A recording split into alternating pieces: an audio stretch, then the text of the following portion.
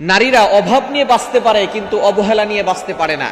নারীরা অভাব সহ্য করতে পারে, কষ্ট সহ্য করতে পারে, কিন্তু নারীরা অবহেলা করা, তাকে ক্রিটিসাইজ করে কথা বলা, তুচ্ছ তাচ্ছিল্য করা, তার পরিবারকে গালি দেওয়া, এটা কখনো একজন নারী সহ্য করতে পারে না।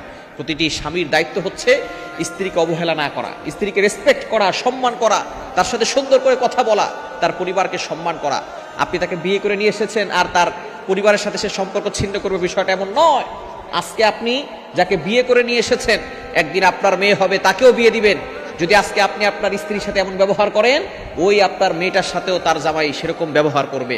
কেননা টিট ফর ট্যাট, যেমন কর্ম তেমন ফল।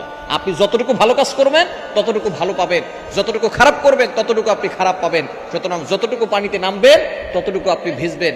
আজকে আপনি অন্যের মেয়ের সাথে যে খারাপ ব্যবহার করছেন, আগামীকাল আপনার মেয়ের সাথেও এরকম খারাপ ব্যবহার করা হবে।